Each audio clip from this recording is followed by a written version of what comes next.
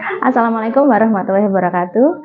Hai sahabat channel dosenku, berjumpa kembali dengan saya. Pada hari ini saya akan menyampaikan tema mengenai GTM pada balita. Sebelum saya memasuki tema untuk GTM, silahkan Anda untuk ketik like, subscribe, dan nyalakan tombol loncengnya untuk mendukung agar channel kami lebih berkembang dengan baik.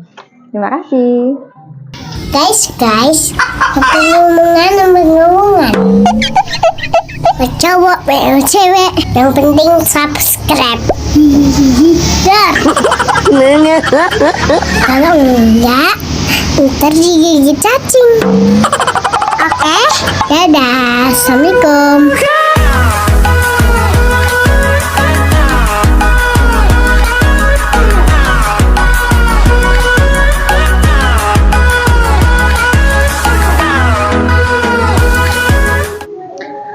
Hai sahabat channel dosenku, pada hari ini saya akan membahas materi mengenai GTM pada balita. Ya, sebelumnya kita akan lihat dulu ya. Apa itu GTM? Kan banyak sekali istilah yang mengatakan GTM seperti itu ya. Ini yang dinamakan dengan GTM. Ya. Jadi GTM sendiri itu adalah merupakan suatu kepanjangan dari gerakan tutup mulut pada balita, khususnya ya. Kemudian GTM sendiri artinya suatu kondisi di mana seorang anak menolak untuk membuka mulutnya saat disuguhi makanan ya. Jadi GTM ini adalah kondisi seorang anak atau balita, dia tidak mau membuka mulutnya karena disuguhi suatu makanan. Kemudian hal ini berlangsung atau dimulai ketika seorang bayi itu berusia 6 bulan ke atas atau saat dimulainya MPASI atau awal sebelumnya. Biasanya itu dimulai lebih dari usia 4 bulan karena di sini si bayi tersebut sudah mulai diberikan MPASI atau makanan pendamping ASI. Selanjutnya yaitu kenapa GTM perlu diatasi sebenarnya penyebabnya. Karena jika GTM itu terus-menerus menolak makan ya, atau terus-menerus berlangsung lama, sehingga kebutuhan nutrisi sehari-hari tidak terpenuhi dengan baik. Karena itu GTM perlu diatasi. Penyebabnya apa? Kenapa sih kalau nutrisi tersebut setiap harinya tidak terpenuhi dengan baik, otomatis akan berdampak menghambat pertumbuhan dan perkembangan dari anak tersebut ya. Jadi itulah alasannya kenapa GTM perlu diatasi penyebabnya, karena penyebab GTM sendiri adalah banyak sekali ya. Nanti kita bahas satu persatu di sini. Penyebab anak mengalami GTM yang pertama adalah belum terbiasa dengan makanan selain ASI. Karena seperti yang saya sampaikan tadi, pertama anak akan mengalami GTM itu yaitu setelah masa ASI eksklusif berakhir ya, atau setelah usia 6 bulan. Dia kenapa mengalami GTM di saat awal MPASI? Karena penyebabnya adalah belum terbiasa dengan makanan selain ASI. Biasanya kan bayi tersebut hanya dikasih ASI saja, tetapi kali ini dikasih MPASI. Makanya dia belum terbiasa sehingga mengalami GTM. Yang kedua adalah preferensi tekstur makanan. Jadi untuk preferensi tekstur makanan di sini adalah untuk MPASI awal memang kan tidak seencer ya, atau tidak konsistensinya tidak secair dari ASI. Jadi anak-anak itu atau bayi tersebut biasanya menolak juga untuk membuka mulut karena preferensi tekstur makanannya berbeda dari ASI yang sebelumnya dia terima. Kemudian yang ketiga adalah masih kenyang ya. Masih kenyang di sini karena si bayi tersebut mungkin habis minum ASI, kemudian habis makan camilan sehingga tidak mau membuka mulutnya saat dikasih makan. Selanjutnya adalah bosan dengan cita rasa makanan. Di sini adalah yang harus dilakukan oleh bunda-bunda ya di rumah. Jika si bayi tersebut mengalami bosan dengan cita rasa makanan, bagaimana kita mengolah makanan tersebut dengan rasa yang berbeda ya. Jadi beberapa jenis atau melakukan eksperimen dengan beberapa rasa yang berbeda. Jadi anak tersebut tidak akan bosan dengan cita rasa makanan yang kita hidangkan. Selanjutnya yaitu sakit atau adanya luka pada area mulut. Ini juga salah satu menjadi penyebab seorang bayi mengalami GTM ya, karena ada sakit atau ada keluhan di area rongga mulutnya. Biasanya ini juga dikarenakan salah satu penyebabnya yaitu karena giginya mau tumbuh. Itu kan rasanya nyeri ya, terus kemudian agak tidak nyaman. Jadi mereka biasanya juga akan mengalami GTM tersebut, akan menutup mulutnya karena di rongga mulutnya, di daerah mulutnya itu mengalami rasa nyeri tersebut karena mau tumbuhnya gigi. Kemudian yang selanjutnya adalah terdistraksi oleh gawai. Jadi di sini biasanya ya, apalagi sekarang ibu-ibu milenial sering sekali memberikan makanan dengan didampingi gawai ya, bisa dengan cara menonton televisi, handphone atau yang lainnya. Jadi hindari dulu saat memberikan makan pada anak, usahakan anak tersebut fokus pada makanannya. Jadi tidak usah dinyalakan TV atau dinyalakan handphone seperti itu. Jadi anak tersebut fokus untuk makan sehingga dia ya yang dikerjakan saat itu ya kegiatannya hanya makan, tidak yang lainnya. Selanjutnya yaitu suasana lingkungan yang kurang nyaman. Biasanya pada anak-anak yang sensitif ya mengalami memiliki sifat yang sensitif itu dia kalau suasana lingkungannya kurang nyaman, memang untuk makan aja juga jadinya males gitu. Jadi kita seusahakan mungkin lingkungan itu yang kurang nyaman itu dirubah. Selanjutnya adalah bayi merasa tertekan. Jadi biasanya itu dia tidak mau makan, tapi terpaksa harus dimakan ya, dipaksa gitulah harus makan. Ini dikasih makan, padahal dia belum pengen makan. Jadi kan dia merasa tertekan ya di dirinya. Selanjutnya adalah tubuh mengalami sakit ya, sering sekali ya, nggak hanya bayi, kita aja yang dewasa kalau kondisinya sakit juga akan malas makan ya. Selanjutnya itu berapa lama sih balita itu mengalami GTM ya, ada sebuah kenyataan seperti itu. GTM itu pada bayi umumnya berlangsung sesuai dengan penyebabnya Bunda. Jadi kita tidak bisa memastikan GTM-nya misalnya 1 minggu, 1 bulan atau sampai 1 tahun juga itu kita nggak bisa, karena kita harus lihat dulu penyebabnya itu bagaimana, penyebabnya GTM. Kan tadi sebelumnya sudah saya sampaikan penyebab anak mengalami GTM itu seperti apa. Jadi biasanya GTM pada bayi itu berlangsung sesuai dengan penyebab yang terjadi itu tadi. Jika GTM disebabkan perkembangan normal, kelelahan atau masalah dengan kebiasaan sehari-hari itu, maka masalah ini dapat berakhir ketika anak tersebut mencapai tonggak perkembangan berikutnya atau ketika penyebab sudah diatasi.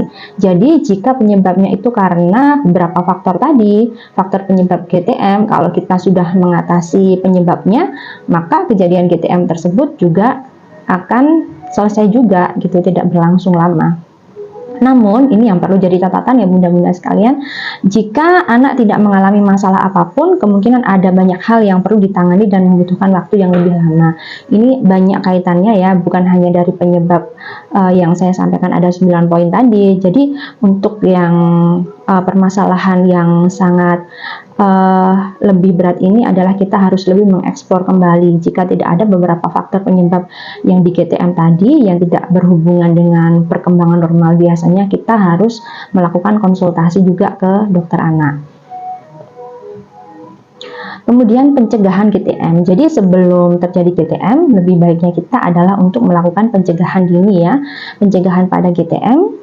Yang pertama adalah bunda-bunda sekalian, atur jadwal makanan utama dengan selingan atau snack yang teratur ya. Jadi yaitu dimulai 3 kali makanan pokok ya, makanan utama, kemudian diselingi dengan makanan kecil atau snack. Jadi benar-benar diatur jadwalnya. Jadi misalnya pagi, siang, terus sore, kemudian snacknya diatur menjelang siang atau setelah siang gitu ya. Jadi memang benar-benar sudah ada aturan seperti itu.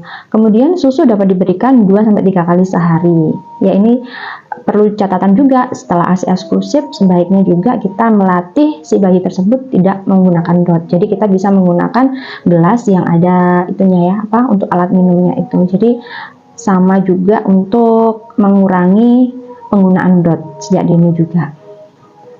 Selanjutnya itu batasi juga waktu makan, tidak boleh 30 menit. Seperti yang saya sampaikan tadi, saat anak-anak terdistraksi juga dengan gawai ya, atau lihat handphone atau televisi dan lain-lain itu, waktu makannya akan mengalami perpanjangan. Jadi di sini batasi juga waktu makan ya, tidak boleh lebih dari 30 menit. Itu aturannya agar anak fokus dimakan. Jadi makanannya akan cepat dalam saat itu tadi.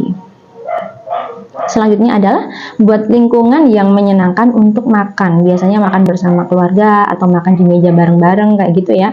Jika memungkinkan, bayi tetap latih anak dimakan di meja bersama-sama. Itu tadi seperti yang saya sampaikan, ada misalnya tidak tersedia meja makan keluarga, mungkin dengan cara duduk bareng, kita makannya bareng-bareng ya sama anak gitu. Jadi anak tidak makan sendirian, kita yang ngelihatin gitu ya. Jadi kayak apa, seolah-olah bayi tersebut kayak dimandorin ya, harus makan, harus mandornya kayak gitu. Jadi membuat anak tersebut juga tidak nyaman atau tertekan tadi ya. Jadi pencegahannya itu memang dari situ. Buatlah suasana makan itu menyenangkan. Jadi anak itu akan pengen terus melakukan aktivitas makan. Kemudian dorong anak untuk makan sendiri. Bila anak menunjukkan tanda tidak mau atau mengatupkan mulut, kemudian memalingkan kepala serta menangis, tawarkan kembali makanan, tapi jangan dipaksa bunda-bunda ya. Bila setelah 10-15 menit anak tetap tidak mau melakukan makan atau proses makan, latih anak untuk mengenali rasa itu ya, kenyang sendiri. Jadi gini misalnya, bunda-bunda sudah ngasih makan nih sama anaknya, kemudian anak tersebut tidak mau ngambil makanan itu, bunda-bunda bisa menyuapinya sedikit demi sedikit. Tapi saat disuapin pun anak hanya maunya sedikit, ditanyakan sama anaknya, adik apakah sudah kenyang? Adik apakah sudah selesai makannya? Nah, itu adalah salah satu cara kita melatih anak secara mandiri apakah dia mengenali proses rasa kenyang dan selesai atau menyudahi proses makannya tadi. Jadi kita melatihnya, apakah adik sudah kenyang? Apakah mau nambah lagi? Seperti itu ya bunda-bunda. Intinya untuk pencegahan GTM itu adalah sabar ya bunda ya. Nah, kalau punya balita harus ekstra sabar sekali ya bunda ya. Kemudian hal-hal yang tidak boleh dilakukan saat balita kita mengalami GTM, itu yang pertama adalah jangan memaksa anak makan, apalagi sampai memarahinya. Ini ya yang perlu sekali harus dilakukan ya, harus ditanamkan pada diri kita semua orang tua ya. Jangan pernah memaksa anak, apalagi proses makan. Karena apa? Saat anak tersebut atau balita tersebut kita paksa, dia akan tertekan di hatinya dan di batinnya. Jadi bisa menimbulkan juga trauma ya. Aku kok makannya kayak gini ya, jadinya merasa tidak nyaman sehingga GTM-nya akan lebih panjang masanya. Yang kedua adalah jangan membiasakan anak makan sambil melakukan aktivitas lain ya. Jadi seperti bermain, nonton TV, nonton HP, jalan-jalan, naik sepeda ya. Biasanya banyak ya saya jumpai juga ibu-ibu itu makannya sambil keliling kompleks ya, bawa makanan sambil dilihatin burung, sambil dilihatin ayam dan lain-lain. Memang itu mereka mungkin di pikirannya memang itu adalah salah satu rekreasi untuk makan ya, tapi hal tersebut tidak dibenarkan ya, jangan dibiasakan gitu maksudnya, jangan dibiasakan melakukan hal itu karena nanti semakin besar anak akan terlatih. Jadi intinya itu saat kita memberikan melatih proses makan pada anak itu, latihlah sejak dini yang sesuai. Jadi dengan posisi duduk, kalau ada meja makan tersedia dengan di atas meja, makanannya dia pokoknya usahakan dari kecil ya, dari MPASI awal itu usahakan si bayi itu prosesnya makannya dengan cara duduk, jangan sambil selengehan atau jangan sambil jalan-jalan seperti itu. Yang ketiga adalah jangan memberikan minuman lain selain air putih di antara waktu makan. Jadi misalnya si anak tersebut ya, si balita itu misalnya sudah memasuki usia 2 tahunan, makan 1 sendok terus dikasih jus buah, makan lagi dikasih susu. Nah seperti itu akan lebih mengenyangkan anak ya. Jadi usahakan kita habisin dulu makanannya, atau mungkin paling enggak dijeda ya, 3-4 suapan. Kalau dia mau minum ya kita kasih minum air putih sedikit, kemudian masuk lagi. Karena semakin banyak campuran makanan minuman yang dimasukkan atau dikasih ke bayi itu akan mengakibatkan bayi tersebut atau balita itu merasa kenyang sehingga dia akan mengakhiri proses makannya. Jadi konsumsi makannya akan lebih sedikit karena sudah terisi oleh beberapa itu tadi seperti jus, seperti susu dan lain-lain. Selanjutnya adalah jangan menjadikan makanan sebagai hadiah. Jadi seperti ini, misalnya ada beberapa hal, adik nggak boleh gini, nggak boleh gini, misalnya ada kayak gitu. Kemudian nanti kalau bisa ini tak kasih makan ya, jangan seperti itu juga ya bunda. Jadi proses makan itu adalah suatu kebiasaan ya. Jadi bukan suatu hadiah yang harus dikasihkan kepada anak, enggak ya. Proses makan itu adalah memang harus setiap hari kita bangun, kita atur jadwalnya sesuai, karena itu nanti berpengaruh atau berlangsung lama karena untuk proses pemenuhan nutrisi dia ke depannya. Jadi memang itu proses makan itu jangan dijadikan sebagai hadiah ya, tapi memang harus dijadikan kebiasaan sehari-hari yang terjadwal dan teratur dengan baik. Selanjutnya, cara mengatasi GTM. Tadi kan kita sudah membahas mengenai pencegahan, kemudian apa saja yang tidak boleh kita kerjakan saat balita kita mengalami GTM, kemudian apa saja sih pencegahan yang memang harus awal kita lakukan agar bayi itu tidak mengalami GTM, sudah saya sampaikan. Sekarang jika bayi kita atau balita kita mengalami GTM, inilah cara mengatasinya. Ya, yang pertama adalah buat jadwal makan anak yang konsisten. Jadi misalnya sarapan di jam 8. Itu konsisten kan Bunda, tiap hari adalah jam 8 makannya. Jadi jangan sampai diundur lagi. Hari ini jam 8, besok jam 11, atau besok lagi jam 9, balik lagi jam 8. Nah, anak akan merasakan tidak pas. Oh, jadi aku ini benernya sarapanku ini jam berapa ya? Dia akan merasakan itu tadi. Kalau Bunda-bunda sudah konsisten memberikan sarapan, misalnya jam 7 sudah sarapan, dia saat jam 7 belum dikasih Bunda sarapan, pasti akan minta biasanya, ibu makan, atau mungkin dia merasa nangis atau bagaimana gitu ya. Kalau belum bisa ngomong, itu tandanya dia mau minta makan, seperti itu. Jadi memang konsistensi daripada jadwal makan itu memang harus kita buat ya, dari awalnya seperti itu. Yang kedua adalah perkenalkan makanan baru secara perlahan. Jadi karena itu tadi ya, kasus GTM itu adalah setelah usia 6 bulan ke atas ya, atau setelah masa ASI eksklusif berakhir, itu perkenalkan makanan baru secara perlahan Bunda. Jadi yang awal memang kita kan memberikannya pure ya, atau dalam bentuk bubur. Kemudian beberapa bulan kemudian akan naik tekstur lagi, karena kan menyesuaikan dengan kondisi dari bayi kita. Bayi kita yang pertama memang belum ada tumbuh gigi, kita hanya kasih pure atau bubur. Setelah muncul giginya, kita rangsang kembali, agak teksturnya dinaikkan, agak sedikit kasar, kemudian naik tekstur lagi. Kalau sudah 1 tahun ke atas bisa mengikuti makanan orang dewasa, seperti itu ya. Jadi memang untuk perkenalkan makanan baru beserta teksturnya ini adalah memang sangat berpengaruh sekali Bunda ya, untuk bayi-bayi kita. Berikan porsi yang sesuai. Nah, ini juga perlu digarisbawahi ya Bunda. Biasanya ibu-ibu itu memaksa, misalnya harus habis 1 mangkok kayak gitu. Misalnya harus setengah mangkok atau 1/4. Nah, kita lihat bayi kita, kalau memang masih MPASI awal atau di usia 6 bulan itu 2 sendok cukup Bunda. Ya, 3 sendok bisa. Kalau memang masih belum kenyang, dikasih nggak apa-apa 3 sendok tersebut, karena memang kan menyesuaikan dengan kebutuhan si bayi. Jadi nggak bisa langsung kita paksa MPASI awal harus 1 mangkok atau berapa kayak gitu ya. Jadi memang kita harus menyesuaikan dengan porsi yang diharapkan oleh balita kita, karena sesungguhnya balita itu sudah tahu Bunda, oh aku segini sudah kenyang, dia akan menutup mulut dengan sendirinya saat dia kenyang, atau mungkin kepalanya itu yang geleng-geleng kayak gitu. Balita memang sepintar itu ya sebenarnya, kalau kita bisa merefleksikan lagi. Selanjutnya adalah sajikan makanan yang bervariasi. Tadi yang Bunda ya, misalnya untuk makanan yang bervariasi, kita dalam MPASI awal itu usahakan adalah merubah beberapa menu ya. Jadi misalnya yang kita kenalkan karbo itu kan bukan hanya nasi sebenarnya ya, ada ubi, kemudian ada singkong, ada jagung, dan lain-lain ya, kentang juga itu kita olah sedemikian rupa sehingga karbo yang diberikan pada bayi itu bervariasi, nggak hanya setiap hari nasi terus gitu ya.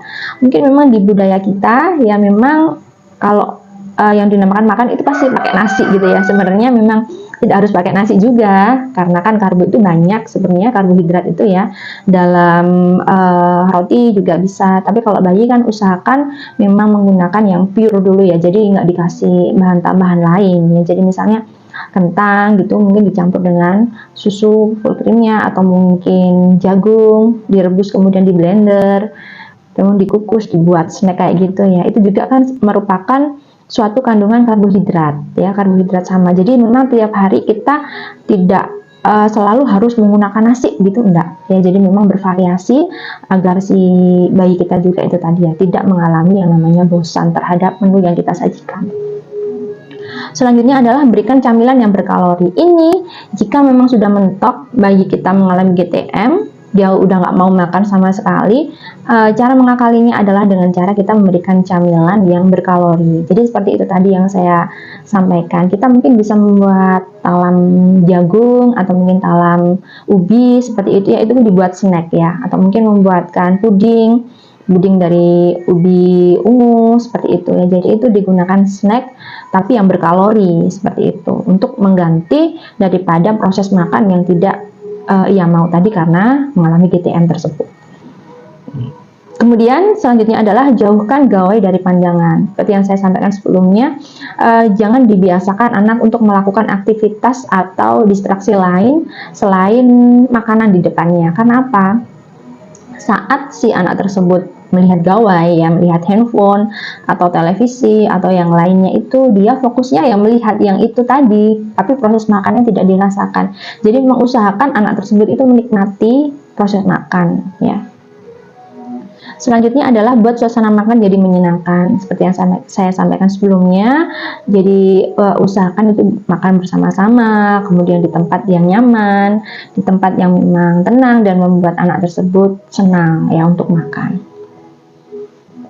Selanjutnya adalah berikan pujian dan tetap sabar. Ini adalah kunci yang paling utama ya Bunda. Saat kita memiliki atau balita kita mengalami GTM, itu memang pujian sangat penting sekali. Misalnya 1 sendok sudah dia masukkan di mulutnya sudah mau terbuka tapi cuma 1 sendok. Kita berikan pujian, pintar ya Dek, sudah mau makan, pintar ya Dek. Nah, kemudian dengan memberikan pujian itu tadi, kita juga harus tetap sabar ya Bun ya. Kuncinya adalah sabar saat mengatasi balita kita mengalami GTM. Jadi memang seperti itu ya Bun ya, sandiwara untuk mengatasi GTM pada balita. Intinya pada bunda-bunda sekalian harus tetap sabar dan konsisten. Demikian materi saya pada hari ini, semoga bermanfaat untuk kita semua. Sebelumnya saya ingatkan untuk ketik like, subscribe, dan tetap nyalakan tombol loncengnya ya, untuk mendukung agar channel saya bisa berkembang dengan bagus. Selanjutnya jangan lupa juga follow akun TikTok saya. Terima kasih sahabat dosenku.